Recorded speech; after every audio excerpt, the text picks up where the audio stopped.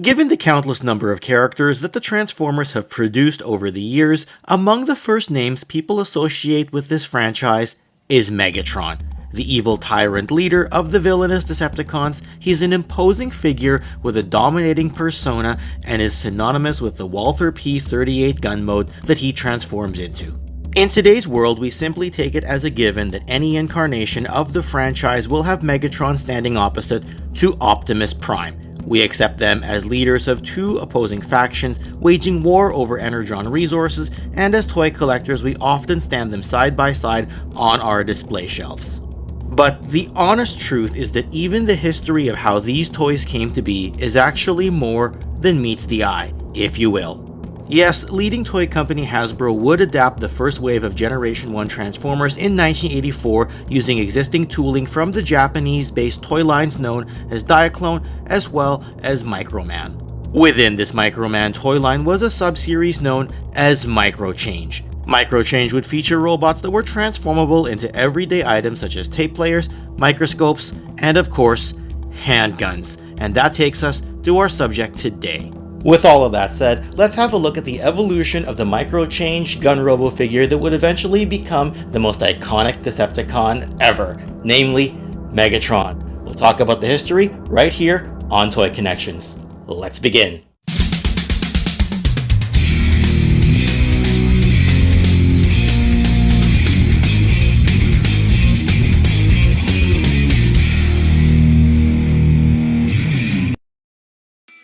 The Transformers certainly wasn't the first toy line to have its origin rooted by revisiting the brilliance of the past. Notably, the emergence of the O-ring based construction, 3 3/4 inch scale G.I. Joe, a real American hero, was actually a relaunch of its larger scaled predecessor, namely the 12-inch G.I. Joe, America's Movable Fighting Man of the 1960s, and its G.I. Joe Adventure Team rebranding that dominated the 1970s.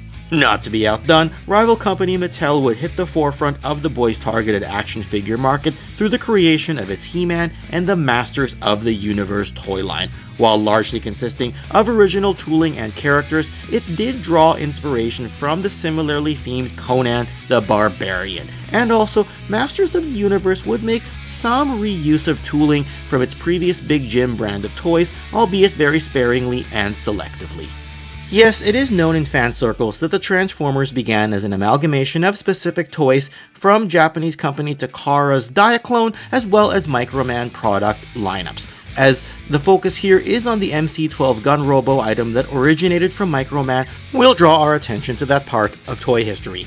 While the Transformers began in 1984, the origin of Microman actually goes back over a decade earlier, to a 12-inch line known as the Henshin Cyborg that hit store shelves in Japan back in 1972. Henshin Cyborg itself was a spin-off from the Americanized G.I. Joe line of toys that began in 1964, albeit with cosmetic changes to lean more towards the technological cyborg theme rather than that of traditional combat-based soldiers. With the oil crisis causing a spike in plastic prices, the Henshin Cyborg was downscaled to a 3 3/4 inch line known as Microman. Now a smaller cyborg, Microman added a variety of playsets, vehicles, and eventually robots over the next several years, and was a mainstay of the Takara product catalog for the duration of the 1970s. By 1981, Microman was rebranded and relaunched as New Microman, with a revised story, and this would be the catalyst for its eventual connection to what would become the Transformers franchise. With Takara's other toy line, Diaclone, introducing its car robots subset of 1982, New Microman would spawn its MicroChange sub-lineup of toys in 1983. With seemingly ordinary, everyday items as the focus, and with a 1-to-1 scale handheld feel for the items, these quick-changing robots were introduced to help Microman in its fight against its enemies. This MicroChange subset would be where eventual Transformers icons like Soundwave, Perceptor, Reflector, and the Minibots would be created from.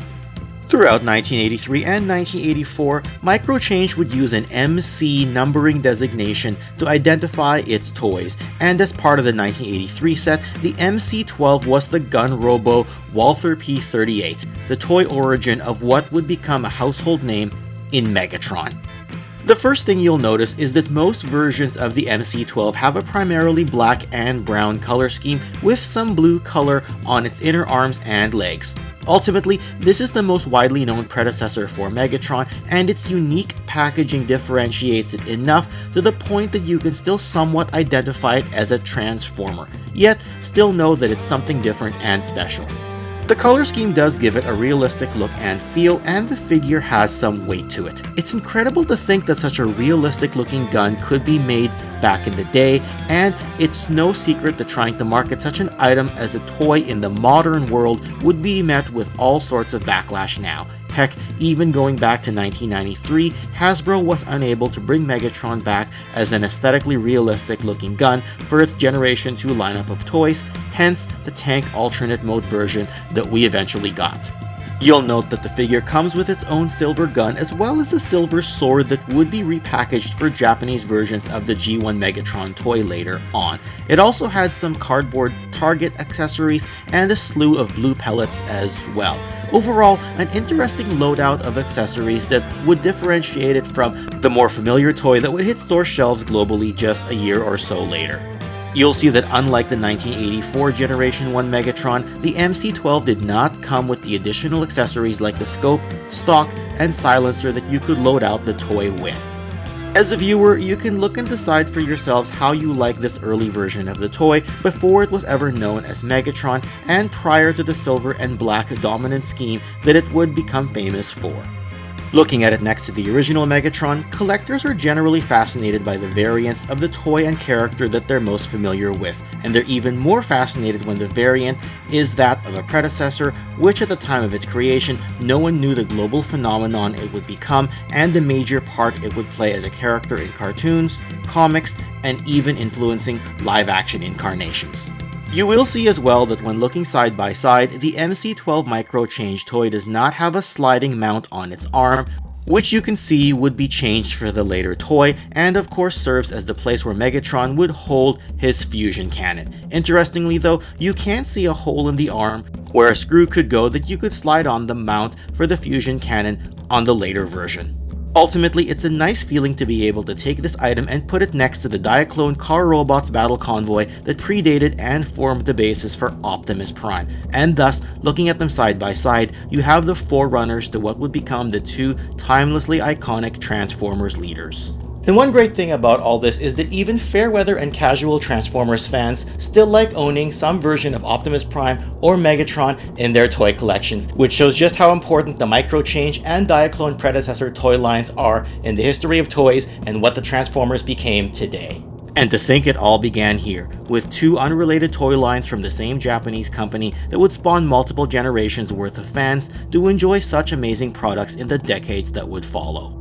As far as the Gun Robo is concerned as a whole, do take note that the MC-12 is not the only available version of the Gun Robo out there. The MC-07 Gun Robo would be the predecessor for what would become the 1988 Browning character in the Transformers Master Force series, and there was also this MC-11 Magnum 44 toy.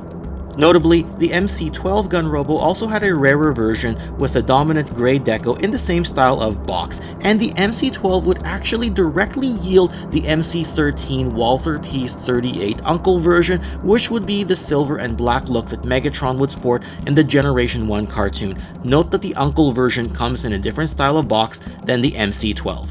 Simply looking back in time, it's impressive to revisit and study the process by which such a vital part of toy history came to be. Overall, the goal here is for all Transformers fans alike to be able to experience the tale of how a completely different toy found its way into becoming the most famous Decepticon ever known. This original toy is the whole reason that we got to experience so many years of watching Megatron squabble with Starscream, to having his battles with Optimus Prime, and eventually leading the Decepticons in future battles when he became Galvatron. That's the story, and it all began right here. And now you know. And I should finish by saying that knowing is half the battle, but in this case I'll say, and knowing is more than meets the eye. As you watch this video, the hope is that you were all able to gain something valuable out of retracing this part of action figure lore. And if you enjoyed this video, don't go anywhere just yet. You can learn more about the history of Transformers by clicking on this Diaclone Battle Convoy video right over here. Or to go to my Toy Histories playlist, you can click right over here. Otherwise, let's transform and roll out into the next video. See you next time.